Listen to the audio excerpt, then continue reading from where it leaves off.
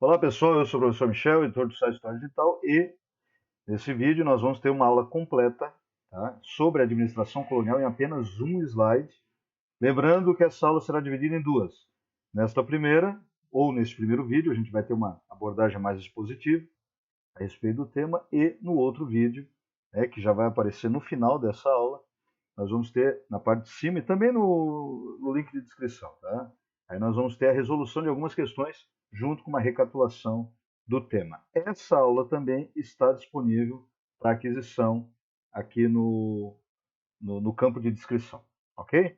Então vamos lá, vamos fazer um recorte da onde nós estamos, né? Aqui a gente tem o, nós temos aqui a linha do tempo do Brasil colonial, da história do Brasil, e estamos no Brasil colonial. Então, o que acontece? Durante algum tempo, no caso, praticamente 30 anos, né, Portugal tomou posse da terra brasileira, né, um fato que a gente conhece como descobrimento do Brasil, outros preferem o termo conquista do Brasil. Fato é, teve a posse de terra, depois teve a missa e tal, e nós tivemos durante 30 anos aqui a prática, né, da coleta do pau-brasil, através do sistema de escambo, né, um monopólio, né, da venda do pau-brasil lá em Portugal chamado estanto. Então tem esses dois modelos aí, né, estanto e escambo. Provavelmente será um tema que a gente vai abordar futuramente aqui em nossas aulas também. Mas não houve um interesse de administrar o Brasil. Então, quando a gente fala em administração colonial, é quando o período colonial começa, de fato, no Brasil. Por isso que nós temos aqui a luz acesa, né, do período colonial brasileiro, que vai de 1530 até 1822. Ok? Aí, claro, quando a gente fala em administração colonial, nós vamos lembrar, né, de que os dois modelos mais comuns foram o modelo de capitanias hereditárias, né, que foi o modelo feudal capitalista, depois a gente vai tratar disso de maneira mais detalhada, e o governo geral, que vai durar até a vinda do Dom João ao Brasil no ano de 1808. Ok? Vamos lá. Vamos começar pelo aspecto introdutório aqui, né? Que é basicamente o que eu tinha falado para vocês anteriormente. A gente tem, a partir de 1530, Portugal iniciando a administração do território. Né? Porque Portugal tinha tomado posse, mas ainda não tinha iniciado a administração. Por isso que a gente chama aqueles 30 anos de período pré-colonial, porque ainda não tinha iniciado uma colonização plena, né, no território brasileiro. E por que aconteceu isso? Né?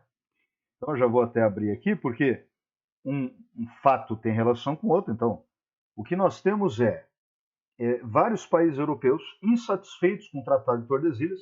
Né? Vamos lembrar que o Tratado de Tordesilhas foi aquele meridiano, né, que dividiu o mundo, no caso o Novo Mundo, ou a quarta parte do mundo, entre Portugal e Espanha, e outros países, como Inglaterra, Holanda, França, não se sentiram representados.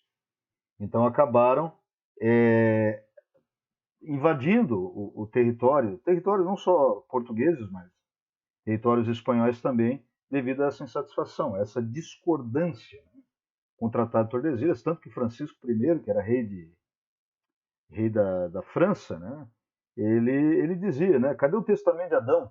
Falou em francês. Né? Cadê o testamento de Adão provando aí que o mundo tem que ser dividido entre Portugal e Espanha? Bom, de qualquer maneira, os corsários, que eram saqueadores, piratas a serviço de uma coroa, né? O pirata é uma atividade mais particular. A atividade do corsário é uma pirataria ligada a um governo, geralmente uma monarquia, né? Naquela época das monarquias absolutistas europeias. Né? Então, Dom João III resolveu colonizar o Brasil, iniciar um processo de administração justamente para evitar que o Brasil caísse na mão, né, dessas outras nações europeias, né, como Holanda e França, como destacado aqui. Né.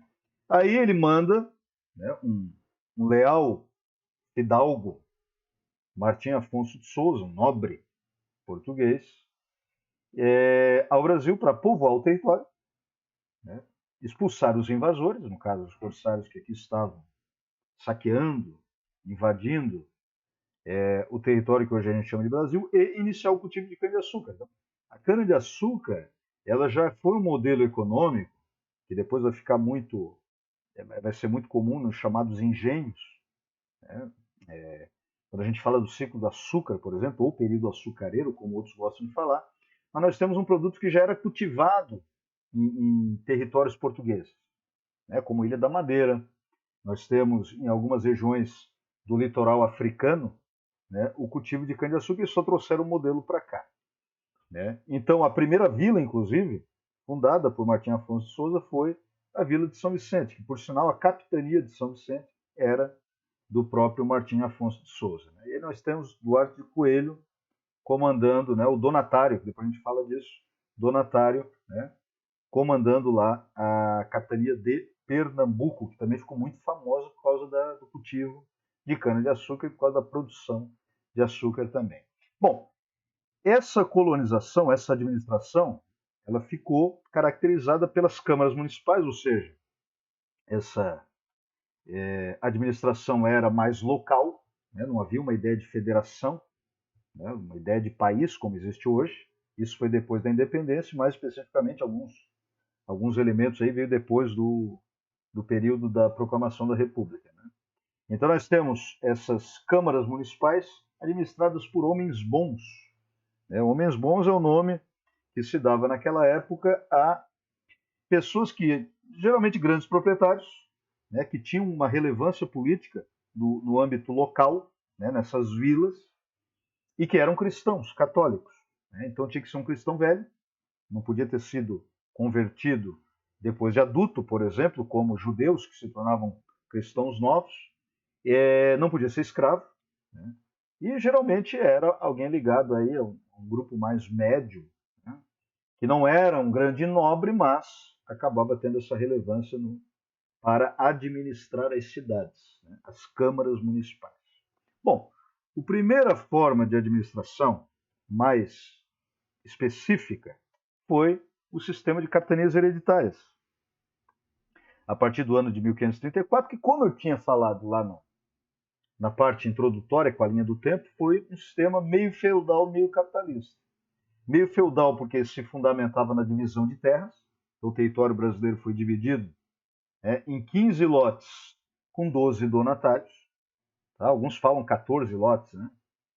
Mas tem algumas outras interpretações, mas a questão foi dividido o território, né, em microterritórios, em lotes, né, que se assemelhava, de certa maneira, àquele modelo feudal, né, de suzerania e vassalagem, onde um suzerano, que nesse caso era representado pela monarquia portuguesa, concedia o território a um vassalo, que nesse caso era o capitão donatário, que teria, obviamente, que ter recursos para vir ocupar a terra e fundar as vilas, se tivesse interesse, mas a verdade é que grande parte não teve interesse em vir ao Brasil.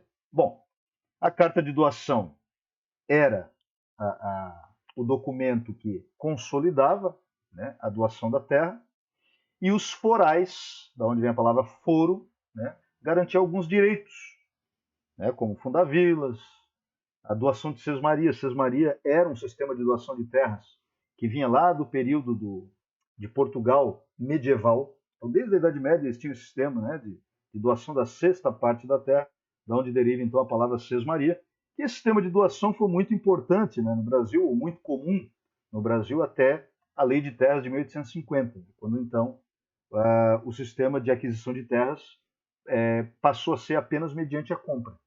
Mas isso lá no segundo reinado, esse é um outro assunto, né, que vamos ver futuramente. Só que o sistema de capitanias hereditárias ele fracassou, né, por causa da hostilidade indígena, a dificuldade de lidar com as diferentes tribos no território, né, os próprios ataques estrangeiros que se mantiveram muito fortes, inclusive com a instalação de colônias francesas e, mais adiante, colônia holandesa, né? Então, franceses e holandeses acabaram dominando o território durante bastante tempo, mais os holandeses do que os franceses, mas teve esses dois países aí dominando o território brasileiro. E, devido à própria questão, né, não só a cana-de-açúcar, tá, que fez prosperar a capitania de São Vicente e Pernambuco, mas também o próprio. Deixa eu tirar esse ponteirinho aqui, vamos ver se consigo. Tá? A própria competência, a organização administrativa do Martim Afonso de Souza em São Vicente, né? que veio aqui pela primeira vez para povoar o território.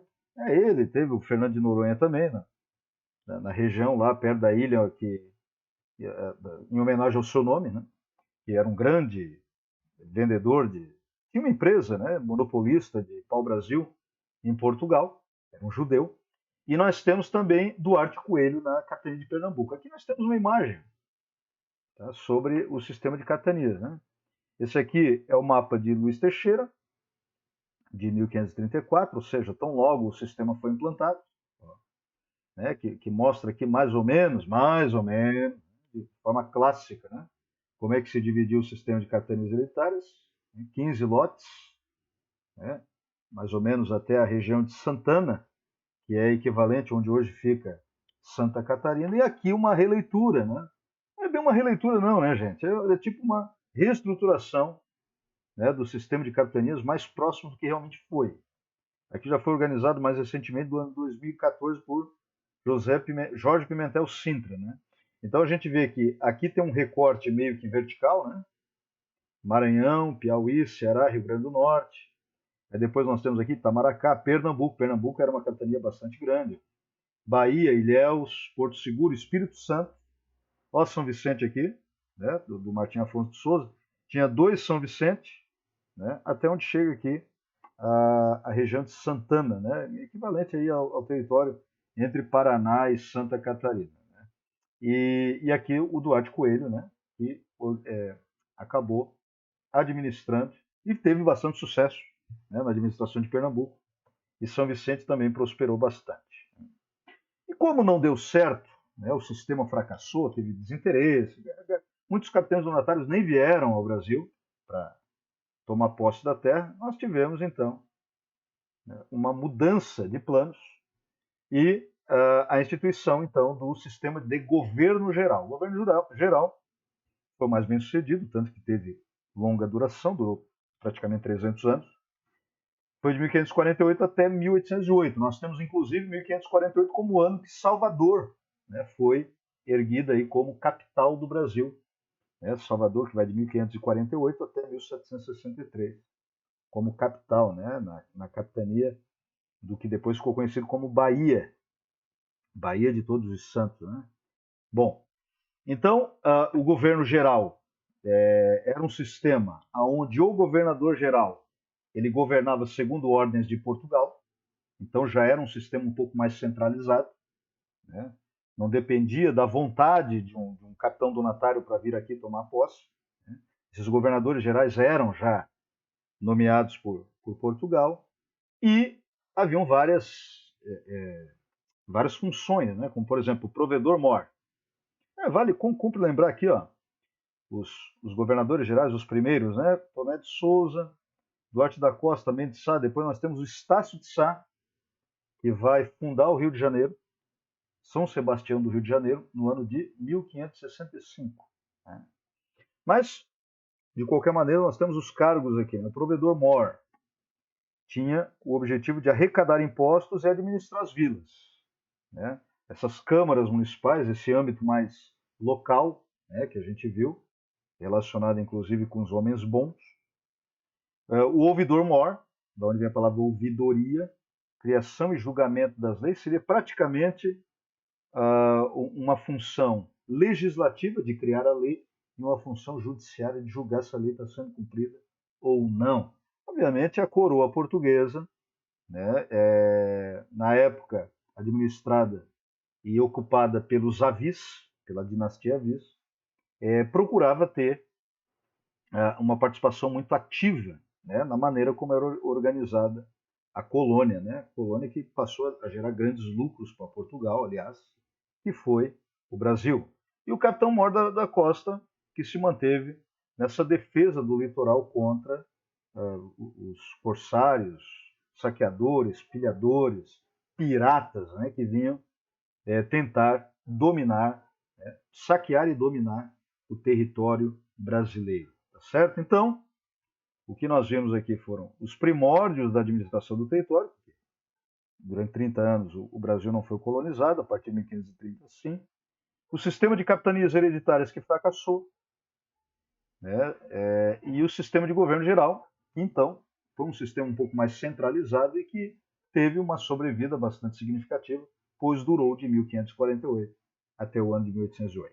Ok? Bom, não se esqueça de assistir a segunda parte do vídeo, que é uma recapitulação e também a resolução de algumas questões sobre esse tema, tá? Dos primórdios aí da colonização brasileira, um tema do Brasil colonial, história do Brasil.